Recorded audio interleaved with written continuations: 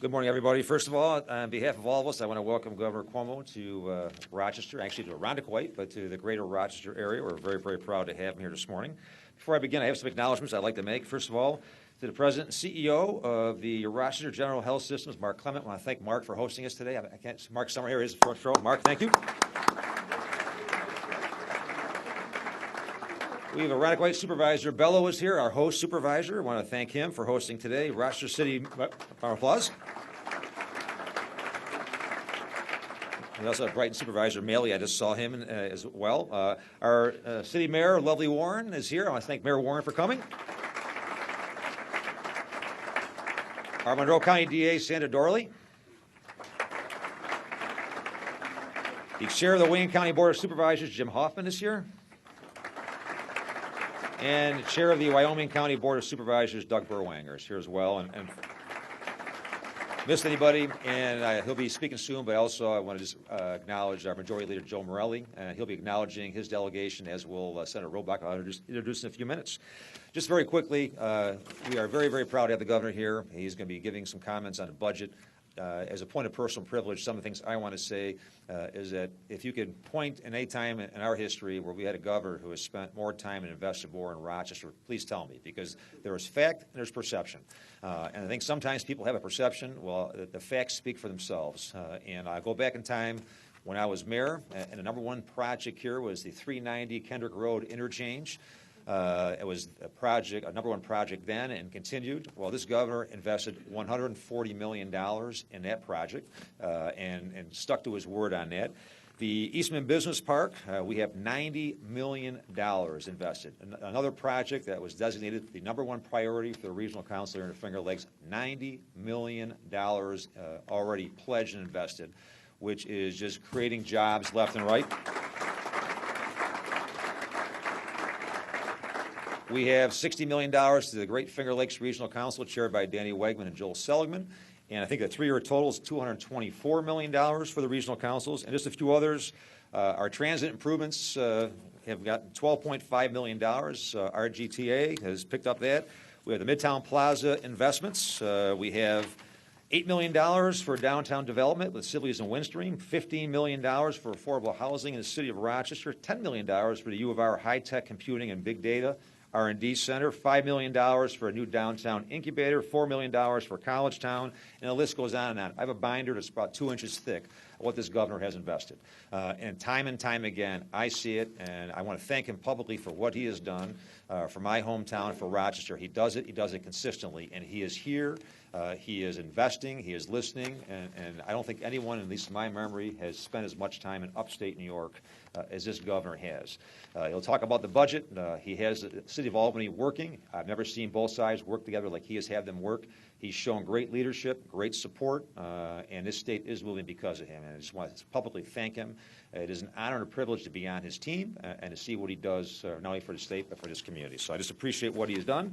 And now it gives me great pleasure to bring up our next speaker, from our Senate, Senator Joe Robach. Joe is an old friend. I promised Joe that I would not, no high school jokes at all today. Go back a long time with Joe. I think Joe is one of the hardest working legislators. I want to bring him up here. And we did go to high school together, and Joe would acknowledge high school for Joe Robach, I think, was probably the best 8 years of his life. So I'm going to have him come up here if he could. And Senator Joe Robach. Joe.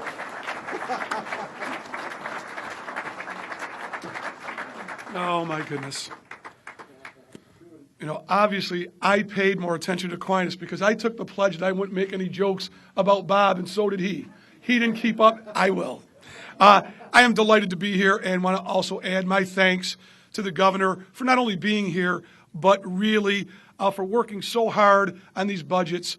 First and foremost, shutting down deficits, getting it done on time. For those of us that have been in Albany for a while, that culture, that New York City mentality that when the budget got done wasn't important, as long as people got what they thought they wanted in the budget was okay. That's not how we do it. People up here, they go to work on time. They have to get their job done. We feel very strongly, I always have, that we should do the same thing. And this governor has helped us get that done for 4 years in a row. For the first time in 40 years, we've had a budget done in an open, transparent process for 4 years in a row, and we could not have done it without your leadership. And I thank you for that. Absolutely.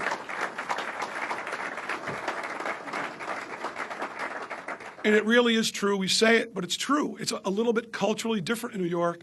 This governor has people working in a bipartisan way of every Democrats, Republicans, independents, conservatives working together to try and find the common ground so we can get a budget done that's good for everybody. And I would make the large argument that this has benefited Rochester and upstate New York greatly in so many areas.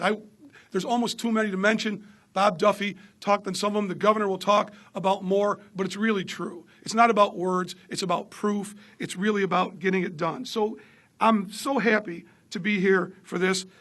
This collaborative effort, really, most importantly, why I'm happy to be part of this team and working together, is listening to the people in Rochester and upstate New York, and now has a process that's delivering on time, consistently, with everybody's needs, and that is the right direction.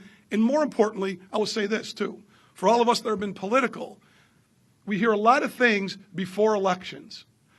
A lot of times they don't come to fruition after elections. This governor pledged it before the election and delivered it when he had the opportunity to be our governor. So I'm very happy to be here to join you today and work with you, as well as all my other colleagues, including Senator Ted O'Brien, who I forgot to introduce earlier. Is my job. Ted, stand up. I'm sorry. Almost forgot that. And just say I'm looking forward to continuing to deliver for Rochester with this team. It is now my pleasure to introduce someone who's also worked very hard for Rochester, especially in the economic development area, which we all know jobs are critically important. My colleague in the Assembly, Majority Leader Joe Morelli.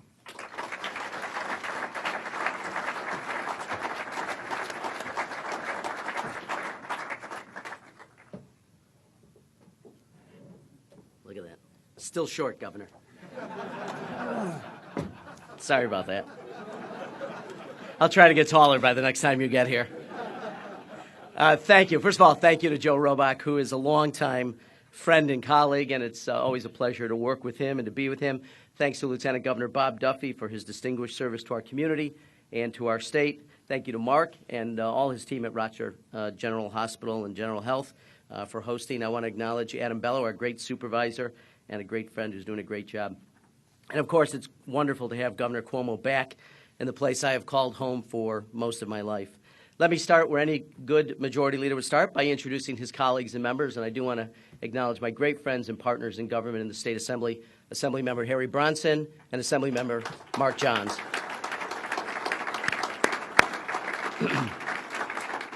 And I would certainly join with Harry and Mark in acknowledging Speaker Silver and his leadership during the recently concluded budget negotiations. I spoke with him last night. He wanted to make sure that I sent regards both to the governor and to the Rochester community, so I want to thank him. In my time in state government, I have never seen more progress and more cooperation than we have seen in the last 3+ years. We've worked together in a true bipartisan partnership, and we have exceeded everyone's expectations, including at times ourselves. We all remember a time when that certainly wasn't the case. Albany was known for its dysfunction and its apathy.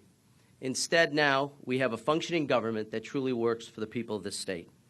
And the proof can be seen in the accomplishments of the last 4 on-time budgets. Not only adopted on time, but they included lower taxes that will help create a record number of jobs in this state, a deficit that has turned into a surplus through hard work, a leaner, more efficient government, a government that believes in fiscal responsibility and acts on those beliefs, and a government that invests intelligently in its future.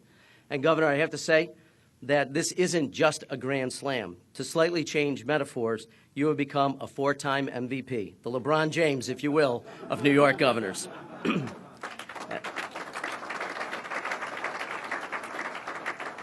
And let me just say a few words about the investments we have made in this budget. We've made, in fact, it's fair to say there's no sounder investment to make than one in education. And this budget recognizes that simple fact by creating a statewide pre-K program so that every child begins learning as early as possible. We implement the Common Core standards in a way that our children are on a level playing field with children in the rest of this country. And we've appropriated more money for education than any state in the country, and more than at any time in our history, over $1.1 billion of additional dollars for aid and support of education. Years from now, citizens will look back on our investment in pre-K as a pivotal moment in the history of our state. let me just say a word about my hometown of Irondequoit. We've always been happy to have Andrew Cuomo in our town and call him a great friend. In 2010, then Attorney General Cuomo came here to announce his plans to push for a property tax cap for New Yorkers. And less than a year later, Governor Cuomo visited the same neighborhood to sign the property tax cap into law. I was proud to stand with him then. I remain proud to stand with him today. Through Governor Cuomo's Regional Economic Development Councils, on which I am proud to serve with Senator Robach, we are making investments in communities like Irondequoit all across the state. In fact, just down the road, the I-Square project, supported through this process, will bring positive change to a critical part of our town. We're working to transform our regional economy from one that relied heavily on industrial manufacturing to one that is knowledge-based and fueled by innovation and entrepreneurship. During Governor Cuomo's term, we have become a stronger, more efficient, more innovative state, and we have his leadership to thank for that. I'm now pleased to introduce someone who I'm honored to represent in Albany, a man who has sacrificed for his country and his community, who is a genuine American patriot, who is a wonderful part of our community and is a great friend. Colonel Andre Evans, United States Army Reserves.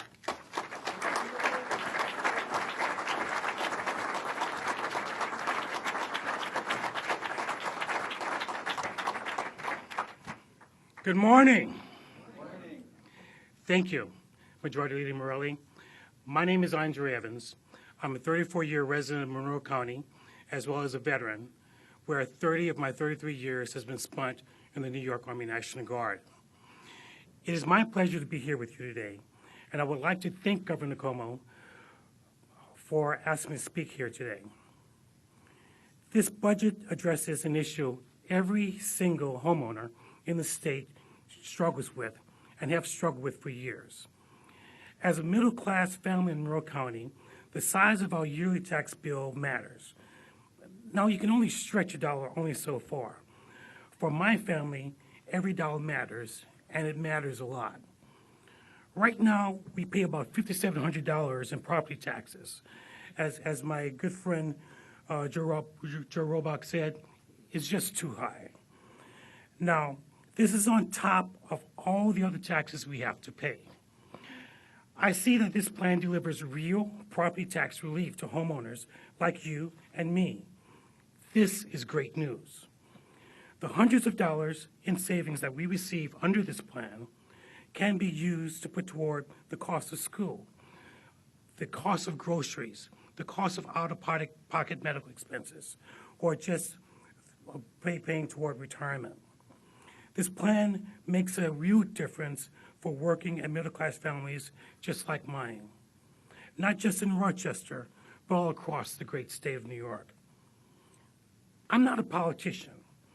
I'm a hard-working New Yorker. I'm a hard-working New Yorker who want to see other New Yorkers win. I want to see them send their kids to college, to summer camp, to effectively plan for their retirement.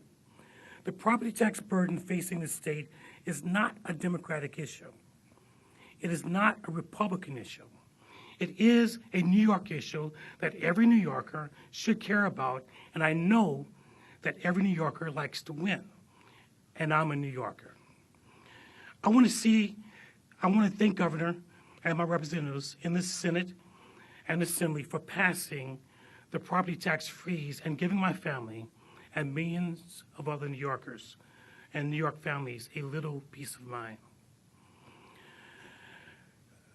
As a member of the Armed Services, I also want to express my appreciation for Governor's support for veterans issues and his work to create new opportunities for us to succeed. The governor recently announced that New York would be setting aside 6% of state contracts for small businesses owned by service-connected disabled veterans.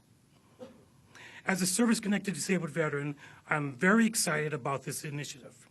It is a tremendous way to support those who serve, those who help. It is a tremendous way to help us integrate us back into our communities, and more importantly, help us grow the economy.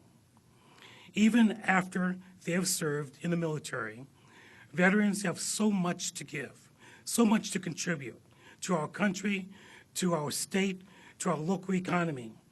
And supporting veterans in our workforce will only amplify those contributions even further. Now, What I know of New York is that we are a state of winners, a state that believes in creating opportunities. And we have a governor who leads the way in supporting our veterans. Now, it is my pleasure to introduce one of the greatest governors that we've known in the United States, the governor of the great state of New York, Andrew Cuomo.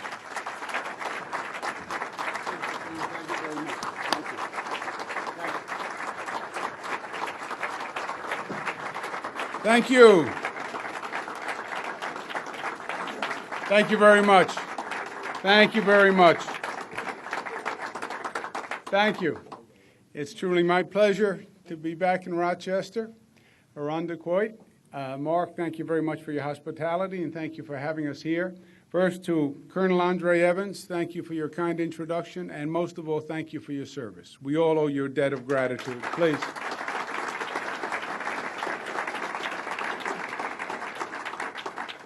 To Lieutenant Governor Bob Duffy, I remember every time I come to Rochester, that's where I first met Bob, and watching the great work that he did in here in Rochester and in the entire region. And I remember saying to him when we started on this journey, I said, you can do more help for Rochester from Albany than you can from Rochester, because Rochester's problems, frankly, are bigger than Rochester. They're statewide problems. And if you want to help Rochester, we're going to have to go straighten out the state. And that is exactly what we did, and I couldn't have done it without Bob Duffy. Let's give him a round of applause.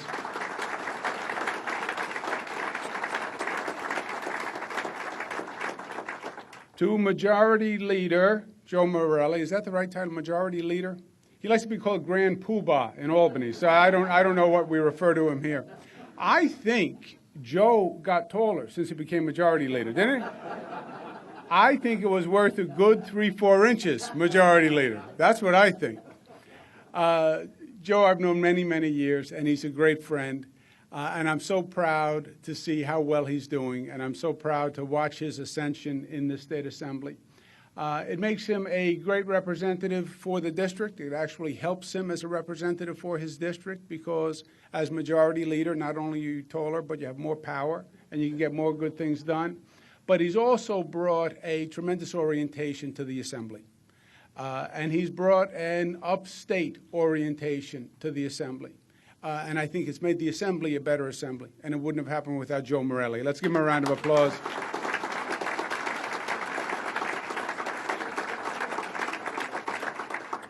Joe Roback, great senator, always teased by Bob Duffy. And Bob always leaves out one or two facts. It did take Joe 8 years to do high school. That's true. But he graduated at the top of his class. That's also true. He is a great friend. He's a great colleague. He's a great representative, Senator Joe Roback.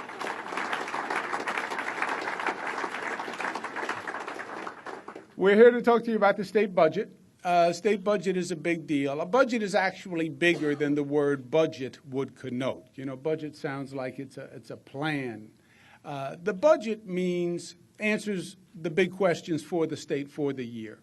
Who are you going to tax? How much? And how are you going to spend the money?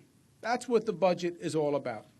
And those two questions, frankly, are the only two relevant questions that we have to answer during the course of the year. We do what's called the State of the State in January, which is a policy vision. But then the budget is really where the work is done. And it charts the course for the state, and that's what we just finished. We got it done, which is great, and that's the Grand Slam, and we'll talk about that. But more than just getting it done, it's a really smart plan and a smart vision, and I hope you agree. We call it the Grand Slam because it's the fourth budget that we've done in a row. It makes it sound simple, getting 4 done in a row. I think it's worth remembering where we started just 4 years ago and the shape that the state government was in, because it was really dysfunctional is a kind word. It was a joke on late night TV. They were making fun of the state government. There were scandals. There was all sorts of political gridlock. There was a coup in the state Senate. People were locked out of the Senate. It was really just a mess is a technical word that we use in government. And that's where we were.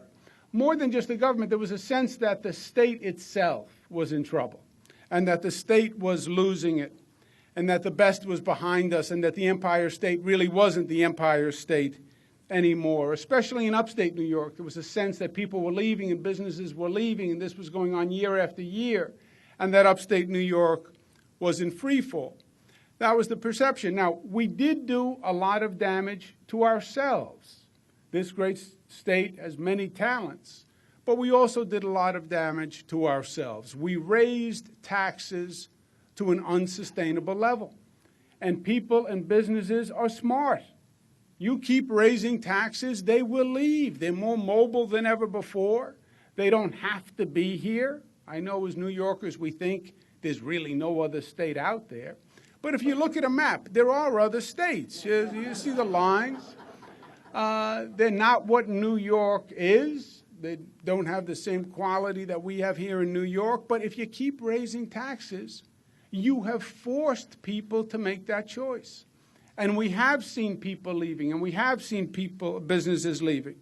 And we did that to ourselves. We also had an anti-business mentality that made it tough for business to be here.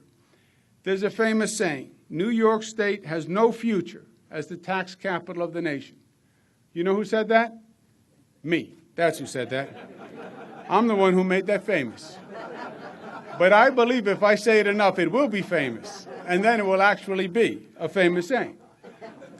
But it is true. You can't be one of the highest tax states in the nation and think you're also going to be the economic capital of the nation, because the two are incongruous. Now, why were taxes so high? Because we spend a lot of money. That's the very simple logic. And we had close to a spending addiction. This chart tells you why New York State became the high tax state that it is. Over 50 years, the state actually taxed more than the people in the state were earning. Inflation was about 4.1%. Income growth of the people in the state was 6.2%, and we were spending at the rate of 6.8%. And that was over 50 years. This defies the basic rule of economics. I have 3 teenage daughters. I'm working on the basic rules of economics, especially with one of them who will go nameless. But the basic rule is you can only spend what you make. The input must equal the outflow, right? You can't spend more money than you make. That's true, unless you're the state of New York. Then you can tax more and spend more than you're actually making. And that's what we did, and that's what got this state into trouble. And by the way, it wasn't about politics. Over the past 50 years, you've had every kind of political combination that you can have. You had Democratic governors, you had Republican governors, you had Democrats in the Senate, you had Republicans in the Senate, and the spending remained remarkably the same. Why? Because it wasn't about the politics. It was about the special interests in Albany that had an economic interest in the budget. It was about the money, which is what it's normally about. And it was about the special interest actually controlling that process for their own benefit. So our job was to get spending down. How do you do that? You start by reducing the size of government. And we reduced the size of government down to the lowest level in 50 years, 118,000 employees. We then actually brought down the cost of those employees. We renegotiated with the labor union. And we said, look, at that time we had a $10 billion deficit. We just don't have the money to pay raises. And we negotiated a contract with no raises for 3 years. The union agreed to pay a percentage of the health care cost. We then had to reform the pension system because that's the greatest structural cost for the state long term is the cost of the pension system. And we reformed the pension system. And when you put all that together, we were actually able to bring down the rate of spending to 1.2% per year. And when you look back at how that compares, Nelson Rockefeller was a great governor, Republican governor, a great builder, built SUNY System, World Trade Center, Empire Plaza, but spent a lot of money, average 11% more a year. M. Cuomo, the other Cuomo, husband of my mother, 12 years, on average, 6.9% over his 12 years. George Pataki, over his 12 years, 5.2%. We're at 1.2% for 4 years. Lowest level in modern political history, frankly, the lowest level of spending that they can even find in the state records. And that's something to be proud of.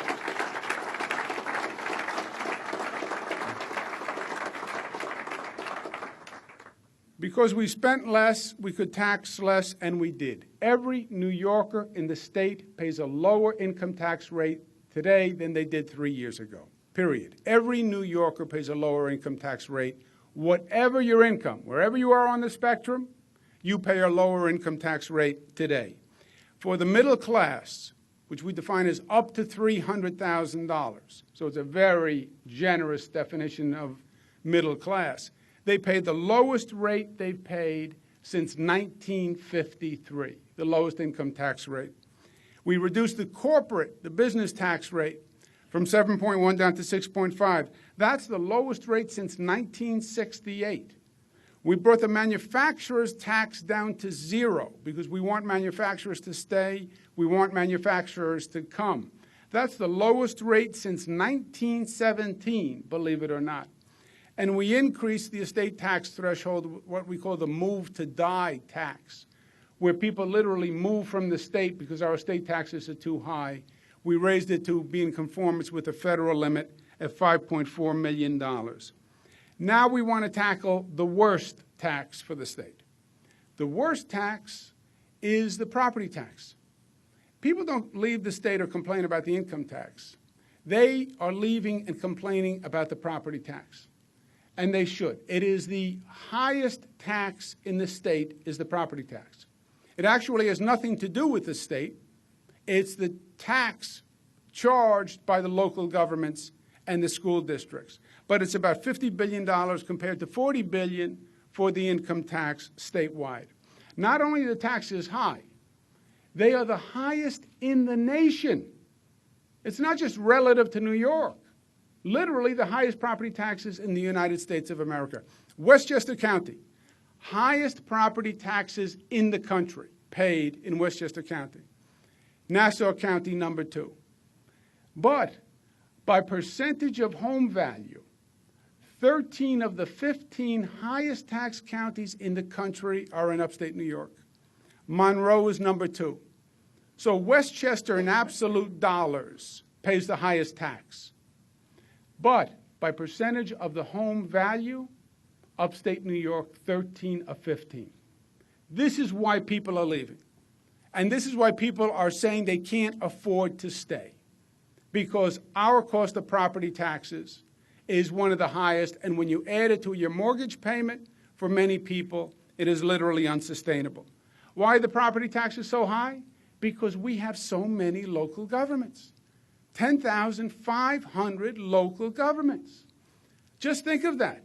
Every morning, 10,500 local governments, 10,500 light switches, 10,500 operations.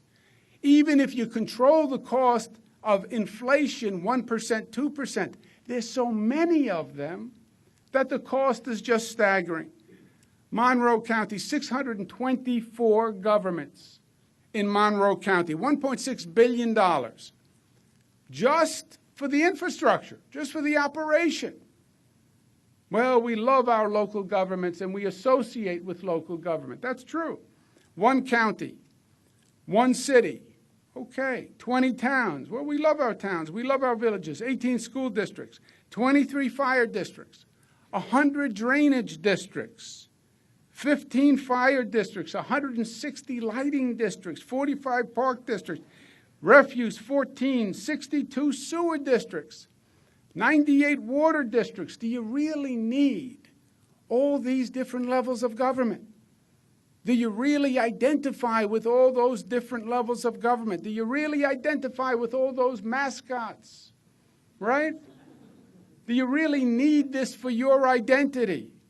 Does anyone really know what sewer district they live in? And does anyone really care what the name on the pipes really is? You know, this, my friends, is the challenge for us. Monroe County, 39,000 employees. When you add up all those levels, that's 1 employee for every 19 residents. Salaries, benefits, pensions. 8,300 vehicles. Now, we've been working on this problem for a long time. The first issue we thought was that it was hard for local governments to come together, to consolidate, to merge. So as Attorney General, I passed a law that made it much easier for local governments to consolidate and merge. How many local governments do you think have consolidated over the past 7 years, taking benefit of that new law passed by that hardworking Attorney General? You guessed it. Why? What? Because it is too easy for local governments to answer additional costs by just raising taxes. That's always the answer for government, is to raise taxes.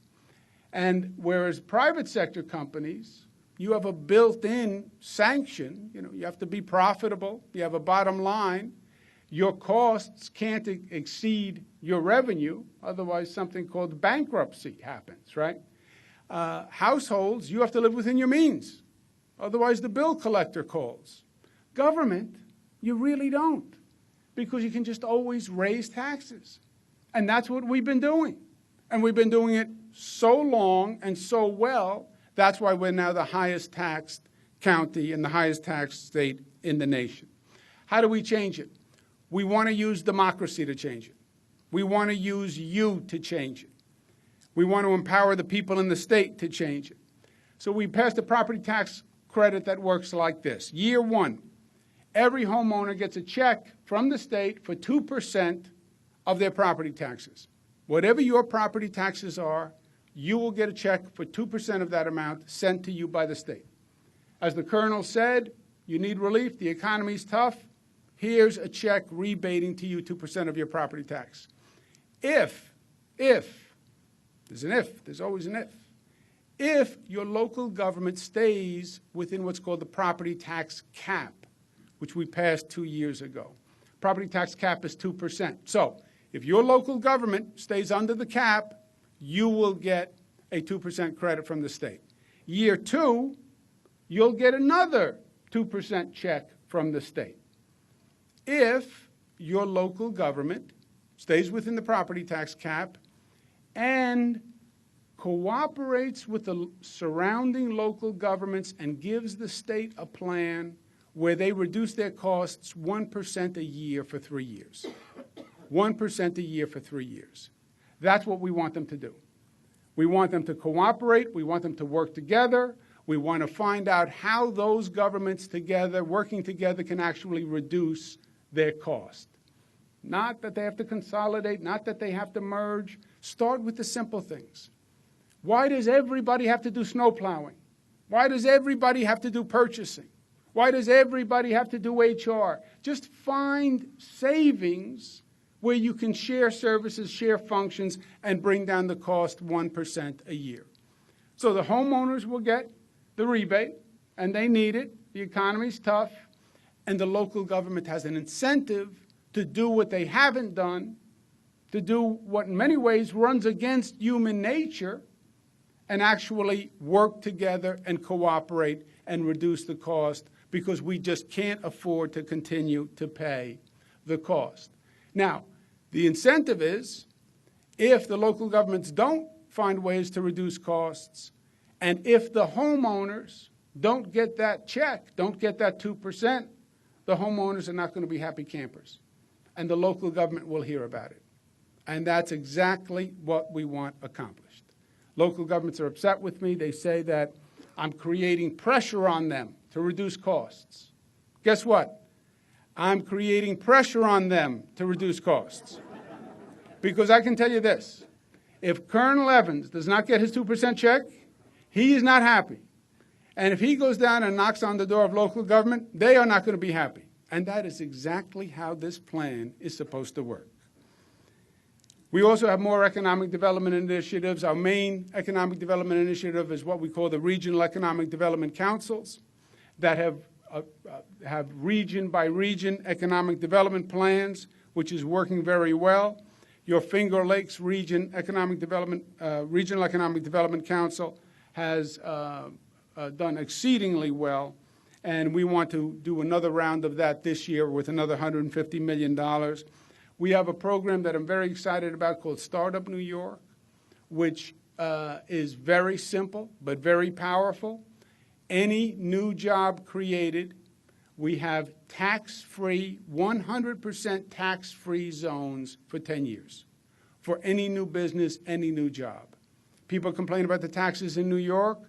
We have 64 zones in New York. You open a business in these zones, no taxes. No income tax for the owner, no income tax for the employees, no property tax, no sales tax. We are more competitive now for locating a business than any state in the country. Nobody is less expensive than locating a business in these startup zones. We focus on education, 5.3% increase in education, which is very generous compared to the growth of inflation and personal income in the economy. That means for the Finger Lakes an additional $90 million, a 5.8% increase. We have a statewide universal pre-K program that we're very excited about. Every educational expert will say the best thing you can do is get those young minds into education as early as possible. And kindergarten first, and then pre-K is the education revolution of the future. Common Core implementation. Common Core is a new curriculum that this state is implementing, as well as 45 other states. It's the right direction, but we have implemented it quickly, and I think we have not done a good job of training the teachers and training the students. It put a lot of stress on the students who had to take these tests. We passed a law that says the students will take the tests, but they're just for practice, and the grades won't count on the transcripts because we don't believe the teachers and students were adequately prepared. We believe in charter schools, and we support charter schools, and this budget extends and protects charter schools. We have a $2 billion initiative that's going to be on the ballot this November for technology investment in public schools, which will make a major difference. It would be a $155 million technology investment in the Finger Lakes. We're very aggressive on health care and extending health care into community-based health care models, and the budget does that. It also attacks what's called out-of-network charges, which is something I worked on as Attorney General, which is a scam and a fraud that has hurt millions of people. This is where you go to a doctor and it turns out the doctor is out of network and they charge you multiples of what your company will actually reimburse and you have no recourse. We've stopped that in this budget. Very aggressive on investing in the environment, another $9 million for the Environmental Protection Fund. Very aggressive in getting this state prepared for emergencies. We've had more than our share of emergencies. Hurricanes, floods, storms. Mother Nature has not been happy with us the past few years. It's not just New York, it's nationwide, it's global. I've been governor for 3.5 years. I've had 9 federally declared disasters in 3.5 years. My father was governor for 12 years. He had less than a handful of federally declared disasters. There is something happening with this climate. There is a pattern of extreme weather. To deny it is at our own peril. I want to make sure we're ready for it. I want to make sure we have the emergency management personnel that are prepared, and we have the infrastructure that's prepared, and we're investing in it in this budget. As you heard from Colonel Evans, we're proud to pass for the first time a set-aside of state contracts for service-disabled veterans, where disabled veterans who have businesses can compete for state work. They were there for us. We believe in loyalty. We believe in reciprocity. We want to be there for them and help them, and we want to employ those disabled veterans' businesses. We also have more affordable housing. We have a great, simple, but exciting tuition scholarship program. Any high school student who graduates in the top 10% of their class and pursues STEM courses will get a full scholarship to a SUNY school, period. Graduate in the top 10%, pursue SUNY.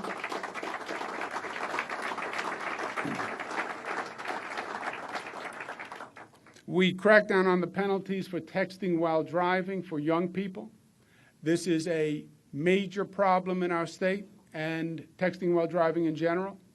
It's especially pressing for young people, and it is a bad combination of young people who just get a driver's license. They believe they're masters behind the wheel. They're not. It takes experience. It takes wisdom. They're a generation that is biologically attached to the device, to the iPhone, and they get behind the wheel, and they're going to drive the car, and they're going to do what they always do, which is read and text, and it is a dangerous combination. I don't want to tell you how many parents I've been with who lost children in terrible, unnecessary ways, and we're doing everything we can in this state to make sure that doesn't happen. Most of all, the government is working, and that's what the Grand Slam is all about, and that's why you see the smile on Joe Morelli's face and Joe Roback's and the Lieutenant Governor, because the government is finally working. And for years, it wasn't, and for years the budget process was an embarrassing episode that would happen once a year. Washington is now in gridlock. Washington thinks they discovered gridlock. Well, we had gridlock before Washington, and we had it New York style with the drama and the intensity that only we could do it. Out of 30 years, 23 of the 30 years, the budget was late, an average of 50 days. And that just meant it wasn't working. And it didn't work in the budget, and it didn't work all year round. We've had 4 budgets now in a row. That's why we call it a Grand Slam. Last time you had 4 budgets passed in a row on time, it was under Nelson Rockefeller. And Speaker Perry Duryea, and the senator was a gentleman named Bridges from Buffalo, who I never even heard of. That's how long ago the last time it happened. Most of all, the formula is basically working. Spending and taxes are going down. When spending and taxes go down, jobs and revenue are going up. And the proof is in the pudding. When you look at the numbers, the progress is undeniable. Over 400,000 new jobs. Today, this state has more private sector jobs than it has ever had in the history of the state of New York, period.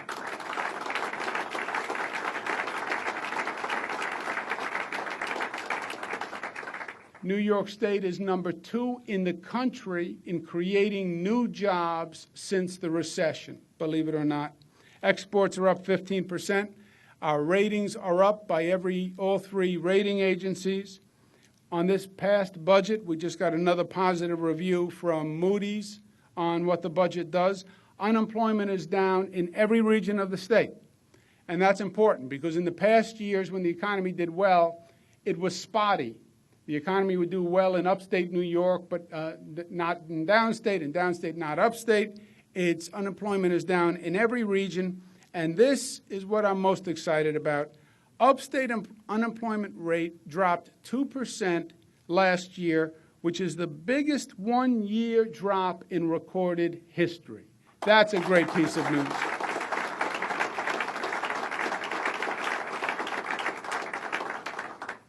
And the best is really yet to come. And in closing, we had a lot of work to do. And it is true that we went through a bad period, and we saw people leave, and we saw businesses leave, and we felt like we were in decline. But if you listened carefully during that period, there was always a ray of hope. Because even when you talk to people who were leaving New York, they always said the same thing. They'd say, I have to leave New York. And then they tell you why. I have to leave to find a job. I have to leave because I can't pay the taxes. I have to leave because my wife's job moved. I have to leave. Nobody ever said, I wanted to leave. They said, I have to leave. We forced them out. It was our dysfunction. It was our taxes. It was our anti-business mentality. We forced them out. We fixed that over the past 4 years. And now you're going to see the assets of this great state shine. I spent 8 years in Washington. I've worked in every state in the nation. No state has what we have in this state. Whatever you need, we have in this state. The greatest geography, the greatest history, the greatest education institutions, the greatest healthcare institutions, anything you can imagine, we have here right here in this great state of New York. And now that we've done the hard work that we had to do, you're going to see those assets shine, and you're going to see the Empire State become the Empire State once again. I want to applaud my colleagues who did a fundamentally great service to this state. And they started it 4 years ago. And that is putting their own politics aside. And they weren't Democrats, and they weren't Republicans, and they didn't play political games. They came together, and they did the people's business. And that's why we're here today, because we're not Democrats, we're not Republicans, we're New Yorkers first. And this legislature acted that way. And that's why this state is succeeding. Thank you, and God bless you, and let's sign the bill. Everybody get? Everybody's got to go. Okay. Right here, please. Congratulations.